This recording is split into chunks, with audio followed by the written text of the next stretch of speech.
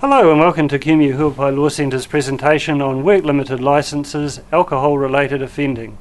Sometimes even the most virtuous people are caught driving, having consumed sufficient alcohol to put them over the legal limit.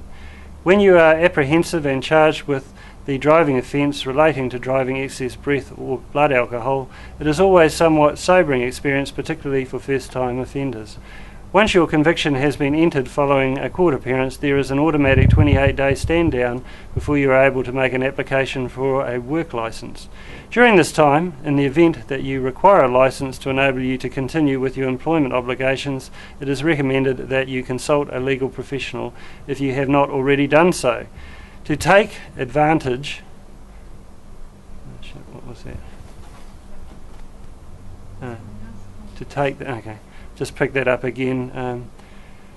Continuing again, consult a legal professional if you have not already done so to take the steps necessary to minimise your time off the road. Eligibility for a work licence is assessed on a number of criteria. The foremost consideration is whether or not you have a previous conviction for driving offences within a 5-year period. The applicant must prove that not having a licence would cause them extreme hardship or would cause somebody else, for example, an employer having to make alternative arrangements, undue hardship. The difference between the two standards is that the disqualification is intended as a punishment to the offender and not to their family or their employer. The application for a limited licence is to be made to the court in which you are convicted. The cost of filing an application in the court is currently $150. The application sets out by you are usually restricted to one motor vehicle on certain days and between certain hours, and are subject to a radius which you are able to drive within. As an example, if you are not ordinarily required to drive during the course of the working day, the application for a limited licence will cover you for a set period prior to the commencement of your working day and again at the end of your working day only. The application is subject to the approval of the New Zealand Police. The police have tightened up considerably on the granting of these licences at will and maintain the position that being the holder of a limited licence is a privilege and not an automatic right.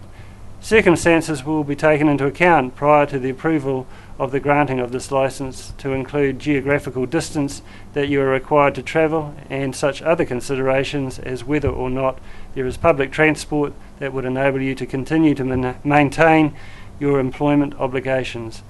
These are all aspects that are fact-specific, and it is recommended that you contact your legal professional to discuss your circumstances fully in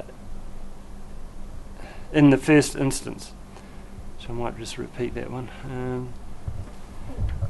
These are all aspects that are fact-specific, and it is recommended that you contact a legal professional to discuss your circumstances fully in the first instance. The applicant is also required to swear an affidavit, which is a statement confirming the grounds of their application. This includes such details as your current living arrangements, your employment history, and your reasons for requiring a licence to enable you to continue your employment. Ordinarily, unless you are self-employed or your employer is also required to complete an affidavit that confirms your driving arrangements. The documentation is then filed with the court and served on the New Zealand Police Department, and a hearing date is allocated. Most courts require 1 week's notice between the filing of the documentation and the allocated hearing date. You are required ordinarily to attend the court on your hearing date, and the licence is processed accordingly. After you have been granted a limited licence, you are required to carry it with you at all times by way of a sealed copy of a draft order which dictates the terms of your limited licence, and you are required to complete a logbook which details fully the extent of your driving. In the event that you are stopped by a police officer during the ensuing period, you are required to produce all the documentation to that officer for inspection. One of the restrictions to holding a limited licence is that you are not to drive if there is any other licensed person in the motor vehicle with you. If you are in a position whereby you are aware that you are likely to have exceeded your demerit points, it is advisable to contact a lawyer to discuss all of these issues and assess your eligibility for a limited licence. The assistance of a lawyer in the facilitation of service of the disqualification papers and the preparation and attendances in respect of the subsequent limited licence application will significantly reduce your downtime. If you find yourself in a predicament, we invite you to call our office for a no obligation discussion as to your eligibility to obtain this licence and all the costs that are associated with it. Our contact details appear immediately hereafter. Again, thank you for watching, and we look forward to being of help to you. Goodbye.